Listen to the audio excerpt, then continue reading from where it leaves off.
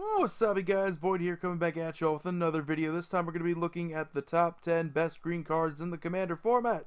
These cards are going to be fundamentally good rather than just flashy, but we have to appreciate just overwhelmingly powerful cards in this format. So if you don't see something on this list, don't freak out. There are a ton of awesome green cards, and the only reason why this isn't a top 20, because honestly I could make it a top 20, I just don't want to break from the trend of making top 10 lists in mono colors. And honestly, I feel like I can condense it all the way down to a top 10 and give some decent honorable mentions. So let's start them off here with Worldly Tutor. Pretty decent instant speed tutor, 1 green mana, but you have to put the creature on the top of your library. You don't get it right to your hand. Now this type of effect is typically good if you can get any card you want. This is why Vampiric Tutor is one of the best tutors in the format, because it can get you anything you want. You don't have to reveal it to your opponents. This just gets you a creature, which is still pretty good. You still get to tutor up a good creature, anything you want among creatures, but that's it. So it's a big reason why it's not on the list. Then we have Song of the Dryads. Very good removal, one of my favorite auras of all time. Capable of dealing with and shutting down commanders, dealing with indestructible permanents. It's very good, capable of shutting down so many things in this format. However, I feel like green's bright spot isn't necessarily in its removal, but it's definitely a card that could have made a top 20 list, could have made a top 15, and the top 10 green cards are just so good that unfortunately this one had to be pushed out, but it would definitely be in consideration for lists in the future. Then we have Court of Calling. As you're going to see as I go onto the list, there is a very good tutor spell for creatures that gets creatures right to the battlefield. Court of Calling is a little bit better than Worldly Tutor to me, and it's another one of those cards that could have made this list. However, the downfall is that it just gets one creature. The Convoke is good if you have creatures out there, tokens preferably that you don't really care about that you can tap down, making it so you only really have to pay the least amount of mana possible to get a creature out. That's preferable, but it really only gets out one creature, so unless you have one good bomb in your deck that's capable of winning the game there, it's sort of a way just to get one good creature out, and it's probably going to be something like a Craterhoof Behemoth or a Vorinclex or something like that. Then we have Garruk Wildspeaker, probably the best mono green planeswalker to choose from. You also have Freyalise, which is also a good commander option. However, I feel like as one of the 99, Garruk's just the best. Just his abilities are perfect, and the fact that his ult is essentially like a little mini overrun effect. His plus is brilliant, his minus is decent. Just all around a very good green planeswalker, and he's one of the first ones, and he's been around for a while now, and he's been pretty good throughout Commander's history. Just didn't quite make the list there. Then we have Seedborn Muse, very powerful in control decks, very powerful in combo decks. If you thought Prophet of Kruphix was a pain in the ass, Seedborn Muse is very similar, not necessarily as big of a pain in the ass. Doesn't allow you to flash creatures into play like Prophet did.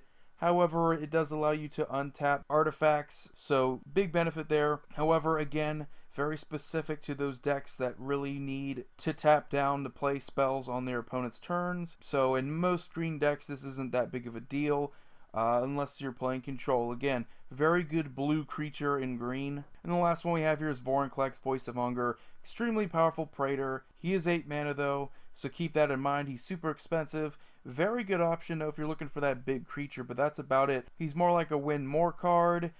He can really shut down your opponents, and he's a very good creature. He's definitely one of the better creatures in green that you can choose from. Realistically, if you're looking for a good mana producer, you don't necessarily need a creature that's highly costed to get you more mana. You typically want to get a cheaper mana doubler. Caged Sun is a little bit cheaper, not as big of a target. You also have cards like Mirari's Wake in green that are pretty decent, but you know, a lot of these are cheaper options that are going to stay on the field longer because enchantment removal isn't that abundant, and overall it's a lot harder to get rid of enchantments, non-creature permanents, than it is to get rid of creatures. And he's very threatening when he's on the field, and typically threatening creatures don't typically last that long, but still a very good option for green decks. Now we go on to the list. Number 10 is Birds of Paradise. Very simple, but definitely one of the better green cards you can choose from. Birds of Paradise is going to see play in just about any green deck, as long as it's not mono green. Most mono green decks don't really need Birds of Paradise. You're pretty good with a Llanowar Elves, but anytime you can get mana fixing, it's always good. This taps for 1 mana of any color. A huge underrated aspect of Birds of Paradise though is the fact that you get a flying blocker. I don't really hear people talk about this aspect of birds. But really, having a 0/1 out there, yeah, it's a 0/1, but it can block for flyers. That's about it. I mean, it's fantastic. That early in the game, you have a chump blocker that can deal with flyers. That's pretty good. Just a super simple card, but what it brings to the table is just something that is fundamentally important to this game, this format. Mana fixing, mana ramp, it does both. And when you have a card that is multi-purpose like that, it's always going to see play in this format across many different decks. Birds of Paradise, wonderful card. Number 9 is Craterhoof Behemoth, one of the best win cons in green. Sees a ton of play in creature-based decks, and for a good reason. If you have enough creatures, you basically can win the game. Gives all your creatures +X and trample until end of turn, where X is the number of creatures you control. So including itself, let's say you have 5 other creatures, well, that's +6 and trample. Fantastic. Going to likely seal the deal in many situations. If you're playing tokens, this is like a definite win. Pretty much gets that trigger off, and all your creatures get the huge buff, and they gain the trample. Wonderful closer, flicker it, and even deadlier. Pretty good creature. Number 8 is Doubling Season. Now might as well lump in all the different effects such as Parallel Lives, Primal Vigor, cards that do very similar things but aren't exactly the same. Doubling Season is the best Doubling Season type effect because it only does it for your stuff. If you have planeswalkers that enter the battlefield, they enter the battlefield with double the loyalty counters. Your opponents don't get double the loyalty counters for their planeswalkers. Their creatures don't get double the +1/+1 counters. That's very different from cards like Primal Vigor. And it does more than Parallel Lives because it also deals with +1/+1 counters rather than just doubling tokens. But the fact that it also does double tokens is also pretty good. So it sees play in token decks like Prosh, Skywriter of Care, and it sees play in decks that are more +1/+1 counter or loyalty counter focused like Atraxa, and it sees play in decks that are a little bit of both like Gave Guru of Spores. So all around, it's going to see play in a ton of different decks because a lot of people love working with counters and they love working with tokens. Just a very good card. It is a bit expensive though, which is why you don't see a ton of people playing it. But still, if it was a lot cheaper, more people would play it. It's a fantastic card. Why not? Number 7 is Tooth and Nail. This card might as well read pay 9 mana and win the game, because that's essentially what it is. You get 2 creatures from your deck, and yes, you could just tutor them up to your hand, and you pay the 7 mana to do that, but if you pay 2 more mana, just 2 more mana, and twine it, you get to put those creatures onto the battlefield. Well, technically, you get to put 2 creatures from your hand onto the battlefield, so it doesn't have to be those 2 creatures, but you get what I'm saying here.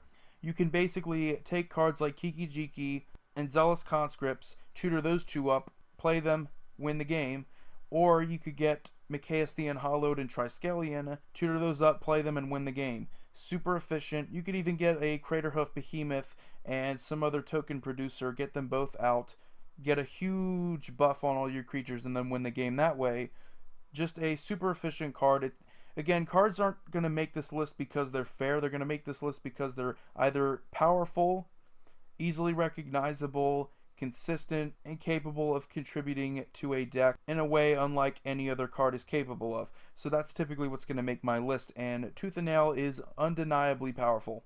Number 6 is Oracle of Mul Daya. Very consistent. Sees play in control decks, sees play in creature decks, sees play in a ton of green decks because it's just a very consistent, very powerful card. Whenever you can look at the top card of your library, you're effectively making your hand size 8 if you have no maximum hand size, so that's always good. And also, you get to look at the top card of your deck and decide if it's a land, you get to play it. That's very good. That's very underrated. So you're not going to be top decking lands more often than not because you're able of selecting the lands that you don't want. You get to put them onto the battlefield because you also get to play 2 lands a turn. You get to play an extra land. So if you are playing a deck where you want to get off to a quicker start, she is 4 mana, but capable of giving you a ton of mana over the course of a game. You're getting an extra land drop. You're looking at your top decks and you're deciding whether or not you want to play the land. Super efficient, and that's what you want in green. You want efficiency, you want the ability to play your creatures, and getting extra land drops allow you to do that. You get more mana to work with. Number 5 is Krosan Grip. Really the only removal that I feel like in green just stands apart from the rest. Can destroy only artifacts and enchantments. Yes, that's true. Song of the Dryads can deal with other permanents and other problems and indestructibles. However, the fact that this is split second means that it can do something that no other removal in green can do, and no other removal really in the rest of the format can do, and that is deal with something without being responded to. Split second is one of the best keywords in the whole game because it shuts down combos. Imagine your opponent plays the Triskelion Micaeus combo. You get to destroy Triskelion, they can't respond to it by comboing out. You get to use this on cards like Mind Over Matter when they try to combo. If the Painter's Servant combo was still legal, you could respond to one of those pieces because those are both artifacts and you can destroy them at split seconds. So it is capable of solving so many problems and so many potential problems in this format. Just an amazing card, extremely undervalued and definitely worthy of this list. Time and time and again, I will always put this card on this list because it is just fantastic, and fundamentally, this is the card that you want in your deck. It deals with problem cards. Number 4 is Eternal Witness. Another one of those Birds of Paradise types of cards and reasonings as to why I have it on the list. It's very simple, not very complicated. You play her, you get a card back from your graveyard to your hand.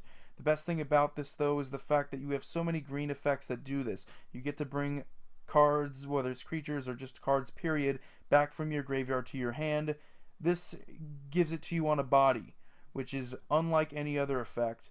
You have the Green Warden of Marasa, which is basically this times 2, but that came a lot later. This has been around for a long time, has had a much bigger impact in green overall, and does see a ton of modern play as well. But the fact that you get to flicker her over and over again means that she combos with cards like Eerie Interlude. So you have those combos, and you also have just the fact that you can get anything back from your graveyard. That's always good. So it's he's playing creature decks to get creatures back. It's he's playing control decks to get counter spells, kill spells, anything back from your graveyard. Super good, fundamentally sound. It's what you want in a ton of decks. I don't think there's any green deck in the format that wouldn't consider playing it. Getting things back from your graveyard is always good. It helps you recover, helps you stabilize. Why not? Number 3, super efficient in this format, and it's pretty much the same card here. Kodama's Reach and Cultivate. They do exactly the same thing. The only difference is that Kodama's Reach is in Arcane, so whoop-de-doo, you get that little Arcane synergy. However, getting 2 different basic lands, one on the battlefield tapped, and one to your hand, means that you are technically both ramping and mana fixing. In multicolored decks, these cards reign superior over the rest because you get to secure a land drop for future turns. You also get to ramp, you get to mana fix. They're perfect. Most green decks play these cards. In fact, these 2 cards alone are some of the most play cards in the entire format because they're so good. Ramping is good in this format. You don't see these in other formats because they're smaller, specifically because of the whole ramp strategy. You don't see this a ton in other formats. So these cards being efficient for what they do, they're 3 mana. You're likely going to get this off early in the game. It can help you stabilize. It can help you get your land drops. That's what you want. Number 2 is Survival of the Fittest. Very specific towards creature-based decks. Yeah, that's true, but its power is just undeniable in this format. Paying a green and pitching a creature to the graveyard so that you get to tutor up a creature sets up so many graveyard strategies in this format. So many combos in this format are based off of creatures, so if you can just tutor up creatures to your hand so you can combo out that way, or put creatures into your graveyard so you can use something like a Living Death and bring them back, offers so much versatility and options. Graveyard-based decks love this card. Creature-based decks love this card. It's overall one of the most powerful and game-ending cards, and it's only 2 mana, guys. You get to put it on the field. It sits on the field forever long until your opponents decide it's a problem, and you just pay 1 green to effectively just tutor up a creature, and it goes straight to your hand. This isn't like Worldly Tutor, where you have to put it on the top of your deck. No, you get it right to your hand. Just a devastating card, pain in the ass to deal with, and that's why it's number 2. Honestly, it's one of the most powerful, if not the most powerful green card in the entire format, maybe the entire game, who knows. But number 1, though, I think fundamentally you cannot deny that card draw, top deck fixing, whatever you want to call it, is very important. While this isn't necessarily top deck fixing, this is also good card draw when you're desperate enough to pay the life for it, and that, of course, is Sylvan Library, allowing you to draw 3 cards, but the catch is that you have to pay 4 life for each extra card that you decide to keep beyond the first one. So that is a big downside. However, In green, the lack of card draw, the lack of consistency beyond just mana ramp, it's quite noticeable. Whenever you're playing a mono green deck, you'll run out of steam, you'll run out of gas, because you'll have all this mana to work with and you'll have all these creatures to play with, but you won't necessarily have the finishers, you won't have the bombs yet, because you'll have to draw through all the lands or draw through all the weaker creatures. Because your deck is focused primarily around mana ramps, so you're not going to have the gas, the engine that keeps your deck going. Sylvan Library is very much the engine that can help a mono green deck going, but it's also good in just green decks in general. This is why cards like Sensei's Divining Top are so powerful, because they allow you to fix what's on the top of your deck. This isn't necessarily a card that's going to force you to keep those cards. You don't have to pay the 4 life per card to keep. You can just decide from the top 3 which card you find is more important and just keep that card, and that's usually what it does. It's not a card where you just go crazy and pay all this life to keep all these cards. You can if you're absolutely desperate and you feel like you can go off that turn, but it's usually not that card. What it offers, though, is something that green struggles in quite obviously, and that is consistency and card draw. Being one of the few enchantments in green that is capable of giving you that sort of fixing off the top deck, not only is it good in green, but it's one of the best cards in the entire format.